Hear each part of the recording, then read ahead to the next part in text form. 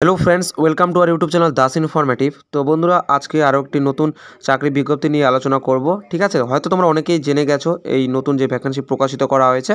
তো বন্ধুরা, একটু লেট হয়ে গেছে, তাও দেখে নাও যারা এখনও দেখোনি। ঠিক আছে, তোমরা সকলে ফর্ম ফিল আপ করতে পারবে। তো কী রকম এলিজিবিলিটি ক্রাইটেরিয়া রাখা হয়েছে সমস্ত কিছু নিয়ে আলোচনা করব। তো দেখতেই পাচ্ছ, council of scientific and industrial research অর্থাৎ CSIR। ঠিক আছে বন্ধুরা, যা মিনিস্ট্রি অফ সায়েন্স অ্যান্ড টেকনোলজির আন্ডারে কিন্তু কাজ করে থাকে। তো দেখতেই পাচ্ছ, case combined administrative service examination 2023 অর্থাৎ কেস 2023 এক্সাম বলতে পারো, যেখানে বন্ধুরা ডাইরেক্ট রিক্রুটমেন্ট করা হবে সেকশন অফিসার, ঠিক আছে, এবং অ্যাসিস্ট্যান্ট সেকশন অফিসার, এই দুটো পোস্টে। তোমরা অ্যাডভার্টাইজমেন্ট নাম্বার দেখতে পাচ্ছ এবং টোটাল নাম্বার অফ ভ্যাকেন্সি 444টি। তো আমরা প্রথমে ইম্পর্টেন্ট যে ডেটগুলো বলা হয়েছে সেগুলো আলোচনা করি। তো বন্ধুরা, এই জন্য আমাদের অনলাইনে ফর্ম ফিল আপ করতে হবে এবং অনলাইনে ফর্ম ফিল আপ শুরু হয়েছে 8/12/2023 শুক্রবার থেকে এবং লাস্ট ডেট হচ্ছে অনলাইনে আবেদন করার 12/1/2024 শুক্রবার পর্যন্ত। ঠিক আছে, এবং অনলাইনে কিন্তু যাদের ক্ষেত্রে পেমেন্ট করতে লাগবে তারা কিন্তু অনলাইনে পেমেন্ট করতে পারবে। এবং বন্ধুরা, এখানে বলে দেওয়া হয়েছে যে tentative date of stage first examination. ঠিক আছে, এর যে প্রথম ধাপের এক্সাম হবে তার একটা টেন্টেটিভ ডেট দিয়ে দেওয়া হয়েছে যে 2024-এর ফেব্রুয়ারি মাসে কিন্তু এক্সাম নেওয়া হতে পারে। এবং পরবর্তী যে স্টেজ 2 এক্সাম হবে তা পরবর্তীতে অফিসিয়াল যে ওয়েবসাইট সেখানে জানিয়ে দেওয়া হবে। ঠিক আছে, এগুলো বলে দেওয়া হয়েছে। পরবর্তী বন্ধুরা, নিচে থেকে বলা হয়েছে CSIR সম্পর্কে, তোমরা চাইলে এটা একটু দেখে নিতে পারো। ঠিক আছে, আমরা গুরুত্বপূর্ণ যে ইনফরমেশন সেগুলো নিয়ে আলোচনা করব এই ছোট ভিডিওর মাধ্যমে।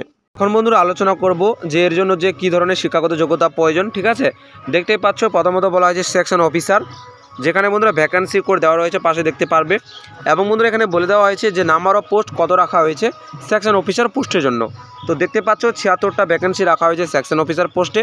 এবং এখানে পে লেভেল দেখতে পাচ্ছ 8 অনুযায়ী দেওয়া হবে 47,600 থেকে 1,51,100-র মধ্যে রাখা হয়েছে। ঠিক আছে, এবং বন্ধুরা, এর জন্য শিক্ষাগত যোগ্যতা তা হচ্ছে ডিগ্রি, অর্থাৎ বন্ধুরা যে কোনো ব্যাচেলার ডিগ্রি পাস হলেই, গ্র্যাজুয়েট পাস হলেই কিন্তু আমরা আবেদন করতে পারবো এই সেকশন অফিসার পোস্টে। এবং বয়সীমা কিন্তু বলে দেওয়া হয়েছে যে 33 পর্যন্ত সকলে আবেদন করতে পারবে। ঠিক আছে, পরবর্তী assistant section officer, assistant section officer post রাখা হয়েছে টোটাল 368টি। ঠিক আছে, তো বেশিরভাগ পোস্ট কিন্তু অ্যাসিস্ট্যান্ট সেকশন অফিসারের জন্যই রাখা হয়েছে। এবং এর বেতন বন্ধুরা দেখতে পারবে 44,900 থেকে 1,42,400-র মধ্যে রাখা হয়েছে, যা পে লেভেল 7 অনুযায়ী শুরু হবে। এবং এর ক্ষেত্রেও বন্ধুরা শিক্ষাগত যোগ্যতা হচ্ছে ইউনিভার্সিটি ডিগ্রি, অর্থাৎ আমরা গ্র্যাজুয়েট হলে আবেদন করতে পারবো, ব্যাচেলার ডিগ্রি হলে আবেদন করা যাবে। এবং এর ক্ষেত্রেও বয়সীমা হচ্ছে 33 পর্যন্ত। ঠিক আছে, পরবর্তী বন্ধুরা দেখতে পাচ্ছ এখানে জেনারেল দেখতে পাচ্ছ, এখানে শর্ট ফর্মগুলো দেওয়া হয়েছিল ওপরে, তোমরা হয়তো সকলেই জানো। মানে জেনারেল রাখা হচ্ছে, S&P মানে স্টোর অ্যান্ড পারচেস, এবং F&A মানে হচ্ছে ফিনান্স অ্যান্ড অ্যাকাউন্ট। ঠিক আছে, তো এগুলো কিন্তু সেই হিসেবে রাখা হয়েছে। পরবর্তী বন্ধুরা, এখানে বলা হয়েছে যে নাম্বার অফ ভ্যাকেন্সি এটা কিন্তু প্রভিজনাল, পরবর্তীতে এটা কিন্তু কমও বা বেশিও হতে পারে। ঠিক আছে, এখন ভ্যাকেন্সি ডিটেলস এখানে তোমরা দেখতে পারবে যে একটু আগে আমরা দেখলাম জেনারেল, ঠিক আছে, তারপর স্টোর অ্যান্ড পারচেস। তো এই হিসাবে যে পোস্টগুলো রয়েছে এগুলো ক্যাটাগরি ওয়াইজ এখানটায় তোমরা দেখতে পারবে যে কোন ক্যাটাগরিতে কতগুলো ভ্যাকেন্সি রাখা হয়েছে। এবং নিচের দিকে এখানে অ্যাসিস্ট্যান্ট সেকশন অফিসারের ক্ষেত্রেও দেওয়া রয়েছে। আশা করি তোমাদের বুঝতে কোনো রকম অসুবিধাই হবে না। পরবর্তী বন্ধুরা, এখানে তোমরা দেখতে পারবে যারা ডিসেবিলিটি ক্যান্ডিডেট তাদের ক্ষেত্রে এখানে বলা হয়েছে। ঠিক আছে, আমরা নিচের দিকে চলে আসি, অ্যাপ্লিকেশন ফি। তো বন্ধুরা, যারা আনরিজার্ভ অর্থাৎ general category, OBC category, EWS category, তাদের ক্ষেত্রে এখানে ফর্ম ফিল আপের জন্য 500 টাকা কিন্তু পেমেন্ট করতে হবে। ঠিক আছে, এবং যারা women candidate, SC ST, PWBD candidate, ex serviceman এবং CSIR যারা ডিপার্টমেন্ট ক্যান্ডিডেট, তারা কিন্তু বিনামূল্যে কিন্তু আবেদন করতে পারবে, তাদের কোনো রকম অ্যাপ্লিকেশন ফি পেমেন্ট করার প্রয়োজন নেই। ঠিক আছে, এরপর বয়সীমার ছাড় দেওয়া রয়েছে যারা ক্যাটাগরি থেকে বিলং করে। ঠিক আছে, এখন আমরা নিচে থেকে একটু দেখে নিই আরও যে সমস্ত ইনফরমেশন। তো বন্ধুরা, এর যে এক্সাম হবে, স্কিম অফ এক্সাম, সিলেবাস, ঠিক আছে, এবং মার্কস কীভাবে ডিভাইডেড করা রয়েছে, ব্রেকআপ করা রয়েছে সেটা বলা হয়েছে। তো দেখতে পাচ্ছ স্কিম অফ এক্সাম, এই যে এক্সাম প্যাটার্ন।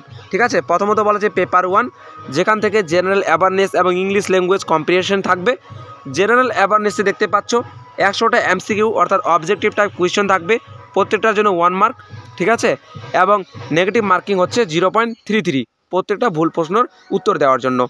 এবং একই রকমভাবে ইংলিশের ক্ষেত্রে দেখতে পারবে 50টা অবজেক্টিভ টাইপ কোয়েশ্চেন দেওয়া থাকবে, 1 নাম্বার করে প্রত্যেকটার জন্য, এবং নেগেটিভ মার্কিং 0.33 এক্ষেত্রেও। ঠিক আছে, টোটাল বন্ধুরা 150 নম্বর কিন্তু পরীক্ষা হবে, সময় দেওয়া হবে 2 ঘন্টা অর্থাৎ 120 মিনিট। পরবর্তী হচ্ছে বন্ধুরা পেপার 2, পেপার 2 দেখতে পাচ্ছ এখানে বলা হয়েছে general intelligence, reasoning and mental ability, যেখানে 200টা অবজেক্টিভ কোয়েশ্চেন থাকবে এবং নেগেটিভ মার্ক একই রকম রাখা হয়েছে 0.33, 200 নম্বরের পরীক্ষা এবং 2.5 ঘন্টা সময়। পেপার 3 যেখানে বন্ধুরা হিন্দি অথবা ইংলিশ ডেসক্রিপটিভ পেপার, ঠিক আছে, যেখান থেকে আমাদের ইজে, প্রেসিস, লেটার বা অ্যাপ্লিকেশন লিখতে হতে পারে এবং এক্ষেত্রে 150 নম্বরের পরীক্ষা হবে, সময় দেওয়া হবে 2 ঘন্টা। আশা করি বুঝতে পেরেছ।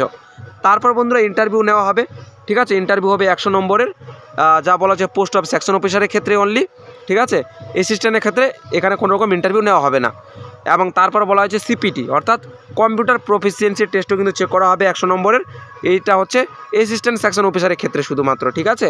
তো আশা করি বুঝতে পেরেছো। এখানে কিন্তু এক্সাম প্যাটার্নটা বলা হয়েছে যে এক এক করে এরকমভাবে এক্সামগুলো নেওয়া হবে, ঠিক আছে। পরবর্তী বন্ধুরা এখানে তোমরা দেখতে পাবে পোস্ট অনুযায়ী কিন্তু বলে দেওয়া হয়েছে, ঠিক আছে। সেকশন অফিসারের ক্ষেত্রে ডেসক্রিপটিভ যে পেপার হবে সেখান থেকে কত নম্বরের হবে, ঠিক আছে, এবং টোটাল কত মার্কসের মধ্যে কত ক্যারি করতে হবে এক্ষেত্রে এখানে আলাদাভাবে বলে দেওয়া হয়েছে। এবং নিচে অ্যাসিস্ট্যান্ট সেকশন অফিসারের ক্ষেত্রেও একই রকমভাবে বলে দেওয়া হয়েছে আলাদাভাবে, যাতে ক্যান্ডিডেটদের বুঝতে সুবিধা হয়। পরবর্তী বন্ধুরা আমরা নিচের দিকে যদি আসি, এখানে সিলেবাসটা তোমরা দেখতে পারবে। সিলেবাস তোমরা জানোই যে প্রথমত জেনারেল অ্যাওয়ারনেস, ঠিক আছে, এবং ইংলিশ ল্যাঙ্গুয়েজ থেকে কী ধরনের এক্সামগুলোতে এসে থাকে কম্পিটিটিভের ক্ষেত্রে, তো সেরকমই রাখা হয়েছে, কোনো বিশেষ চেঞ্জ নেই। এখানে প্রথমত দেখতে পারবে হিস্ট্রি থেকে, ঠিক আছে, হিস্ট্রি অফ ইন্ডিয়া, তারপর Indian national movement, constitution of India, polity, ঠিক আছে, এছাড়াও কারেন্ট যে ইভেন্টগুলো হয়ে থাকে ন্যাশনাল ইন্টারন্যাশনাল সেগুলোর ওপরে।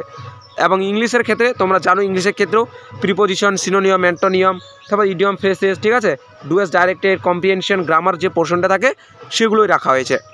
এবং পরবর্তী তোমরা জানোই যে রিজনিং থেকে কী ধরনের থেকে থাকে, তো জাস্ট এখানে সংক্ষেপে বলে দেওয়া হয়েছে ভালোভাবে যে কোন চ্যাপ্টার থেকে কোন সাবজেক্ট থেকে কত নম্বরের প্রশ্ন আসবে সেগুলো এখানে পরিষ্কারভাবে উল্লেখ করা হয়েছে, তো যাতে ক্যান্ডিডেটদের খুব সুবিধে হয়। এবং পরবর্তী ইংলিশ বা হিন্দির ক্ষেত্রে ইজি রাইটিং, প্যাসেজ রাইটিং থেকে কত নম্বরে থাকবে, লেটার রাইটিং থেকে কত নম্বরে থাকবে সেটাও বলে দেওয়া হয়েছে। আশা করি তোমাদের বুঝতে কোনো রকম অসুবিধা হবে না বন্ধুরা। এবং যাদের ক্ষেত্রে টাইকেস হয়ে যাবে তো কাদেরকে প্রেফারেন্সে রাখা হবে প্রথমত সেটাও বলে দেওয়া হয়েছে।